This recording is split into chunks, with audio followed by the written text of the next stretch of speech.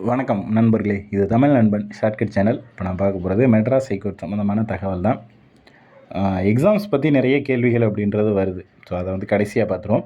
அதற்கு முன்னாடி இந்த ரிஜெக்ஷன் லிஸ்ட். ஸோ ரிஜெக்ஷன் லிஸ்ட்டில் நிறைய பேர் நிறைய குழப்பமும் பயமும் வந்து தேவையில்லாமல் அடைகிறீங்க. ஸோ நம்ம ஆல்ரெடி ரிஜெக்ஷன் லிஸ்ட்டை பற்றி பேசியிருக்கோம். பட் இருந்தாலும் இன்னும் வந்து குழப்பம் அப்படின்றது இருந்துக்கிட்டே தான் இருக்குது.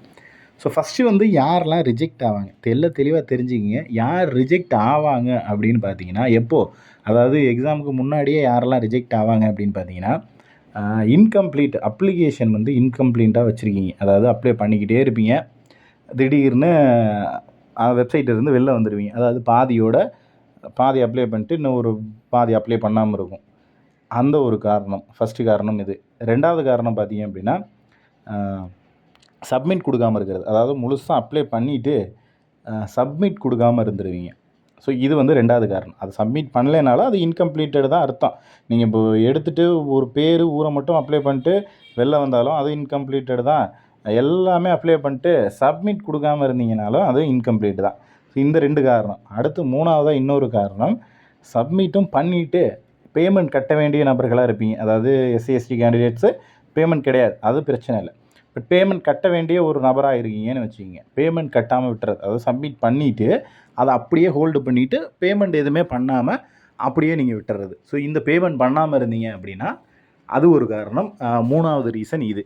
அடுத்து நாலாவதாக இன்னொரு ரீசன், பேமெண்ட் பண்ணுறது பட் என்ன அப்படின்னு பார்த்தீங்கன்னா, அந்த அவங்க கொடுத்த டேட்டை தாண்டி பண்ணுறது. அதாவது இப்போ ஒரு அப்ளை பண்ணுறதுக்கு லாஸ்ட் டேட்லேருந்து ஒரு 2 நாள் வந்து எக்ஸ்டெண்ட் பண்ணி கொடுத்துருந்தாங்க. அந்த 2 நாளுக்கு அப்புறம் வந்து நீங்கள் பேமெண்ட் பண்ண வேண்டியது, அது டேட் முடிஞ்சதுக்கப்புறம் பேமெண்ட் பண்ணுறது. இது வந்து 4வது ரீசன். ஸோ இந்த 4 ரீசன் அப்படிங்கிறது தான் மிக மிக முக்கியமான ரீசன். இது வந்து உங்களுக்கு தேர்வுக்கே நீங்கள் வந்து எலிஜிபிள் கிடையாது. அப்ளை பண்ணலை, இன்கம்ப்ளீட் பண்ணியிருக்கீங்க, பேமெண்ட் பண்ணலைனாலும் அது இன்கம்ப்ளீட்டில் தான் வரும். ஸோ இந்த ரீசன்னால் தான் நீங்கள் வந்து ரிஜெக்ட் ஆவீங்க. வேறு எந்த காரணத்தினாலும், அதாவது இப்போ அப்பா நான் பேரை தப்பாக போட்டேன், அப்பா இனிஷியல் தப்பாக போட்டேன், என் படித்ததை நான் தப்பாக போட்டேன், என் மொபைல் நம்பர் தப்பாக இருக்குது, மெயில் ஐடி தப்பாக இருக்குது. உங்கள் மொபைல் நம்பரோ உங்கள் மெயில் ஐடியோ அங்கே ரெக்ரூட்மெண்ட் போர்டில் இருக்கிறவங்களுக்கு தெரிய போகிறதில்ல. நீங்கள் என்ன கொடுக்குறீங்களோ, அதாவது ஒரு மொபைல் நம்பர்ன்ற இடத்துல ஏபிசிடி அப்படின்னு போட்டாலும் அதுதான் உங்களோட மொபைல் நம்பர், அதுதான் சிஸ்டம் எடுத்துக்கும்.